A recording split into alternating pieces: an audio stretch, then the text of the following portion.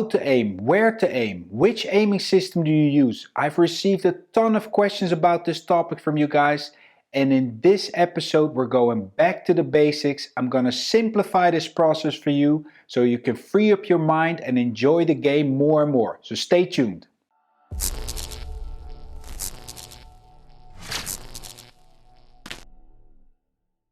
Hi pool players, it's the Terminator and welcome back to another episode of Terminator Tips. If you're new here, please make sure you hit that subscribe button and click to like these videos so you won't miss any future lessons. Let's head over to the table for today's lesson. There's two sides of the story when it comes down to aiming for me. The first part is when I'm using no spin on the cue ball, and as you guessed it, part two is when I am using spin on the cue ball, and this changes everything for me.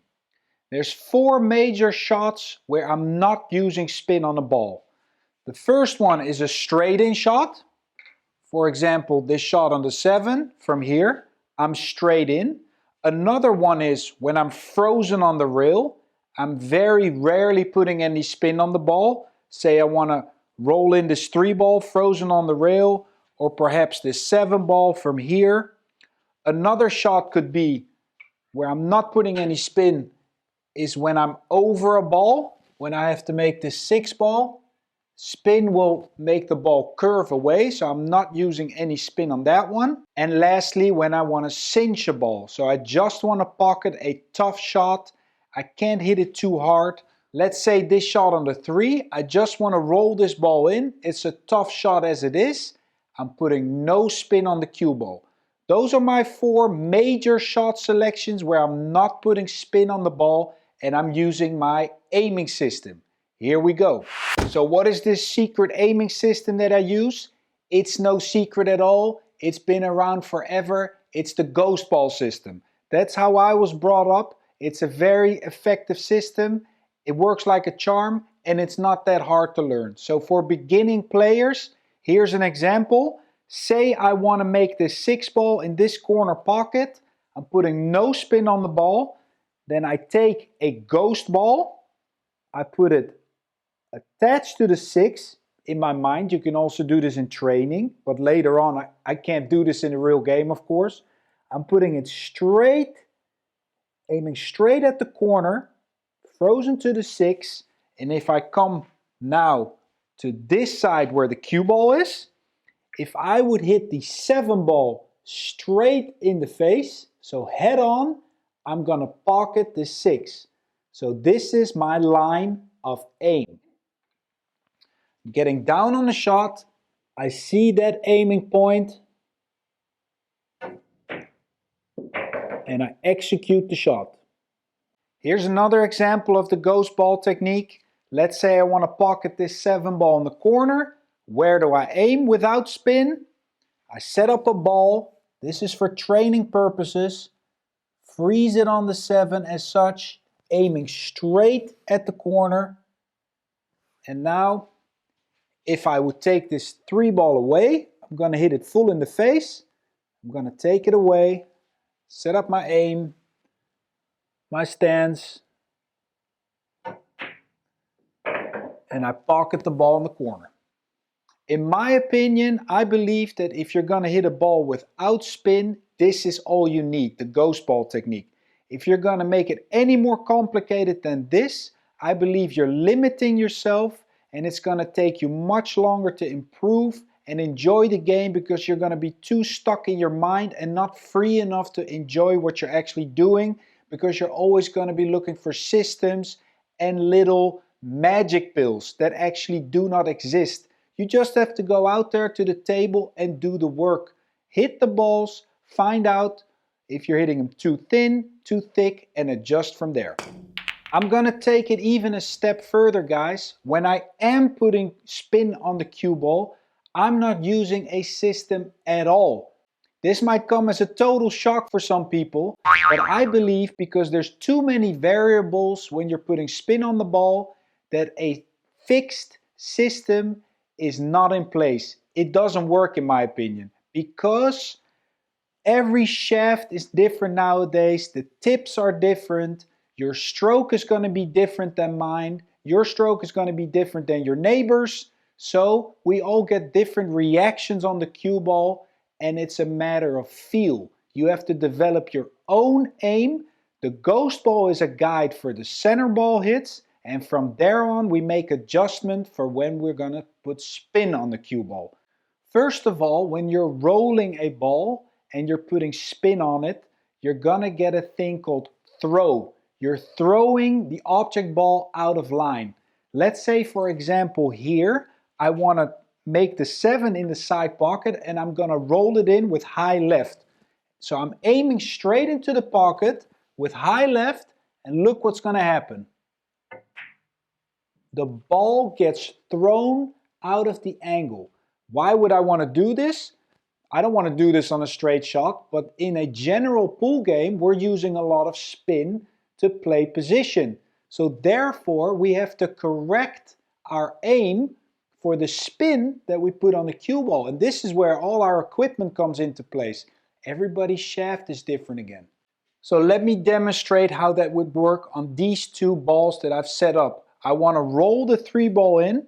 If I just cross over without spin and a high ball, I'm not going to have position on the 6. I'm going to either hit it or come under it.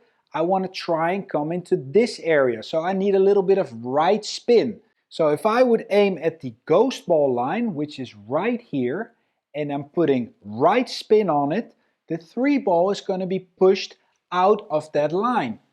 I'm going to end up missing the ball because of the throw. As such. So what do we have to do? We have to adjust our aim for the throw.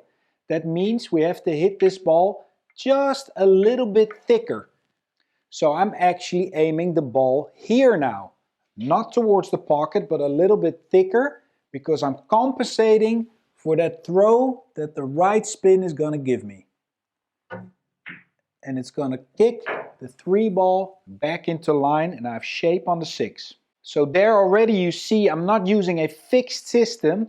I have to compensate a little bit with feel of what the spin is going to do to the object ball.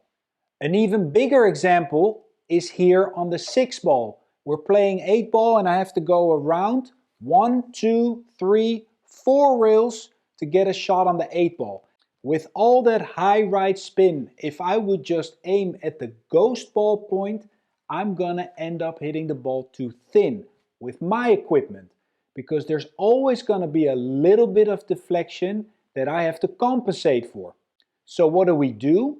We train this shot, we get to the pool table, set up these shots, and we figure out where we have to aim with our equipment. There is no magic pill, in my opinion. You just have to go to the pool table, set up these shots, short distance, longer distance, and figure out what your shaft is doing with your stroke. So because I know I'm going to get a little bit of deflection, I'm going to compensate by hitting it a hair thicker than the ghost ball, and let my feel decide how I have to aim. Not just a fixed aiming point, but I have to feel the shot. So I'm aiming just a little bit thicker,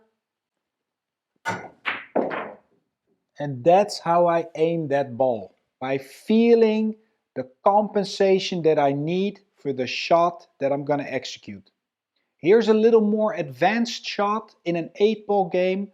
The 8 only really goes in this pocket, and I have to try and break the speed of the cue ball with hitting low drag, so it slows down, and then the left spin that I'm going to put on will bring it back into line for the 8.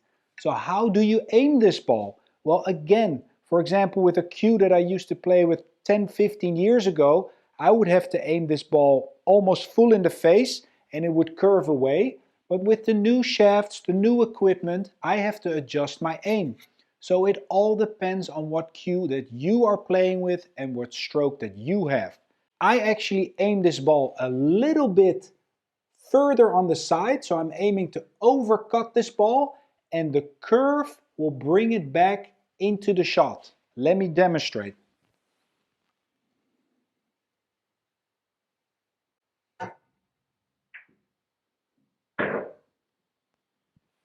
So if you want my humble opinion, it comes down to getting to the pool table, setting up these different shots and figuring out for your own equipment and stroke how you have to aim these balls.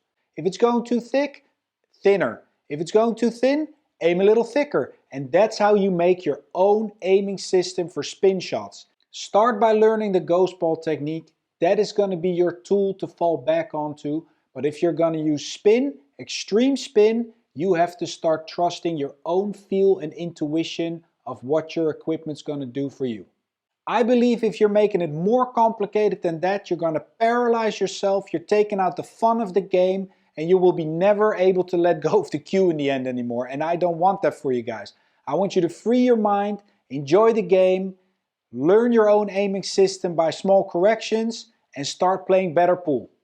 So there you have it, guys, a simple yet powerful system that I use and wanted to share with you about how you aim the object ball. So head over to the pool table, free your mind, don't overanalyze, and enjoy the game more and more. Don't forget to check out all the other content on this channel. There's a ton of tips and lessons here ready to make you a better player. And head over to Terminator College if you want to learn more about the mental side of the game and look at all the courses that are waiting there for you. Take care.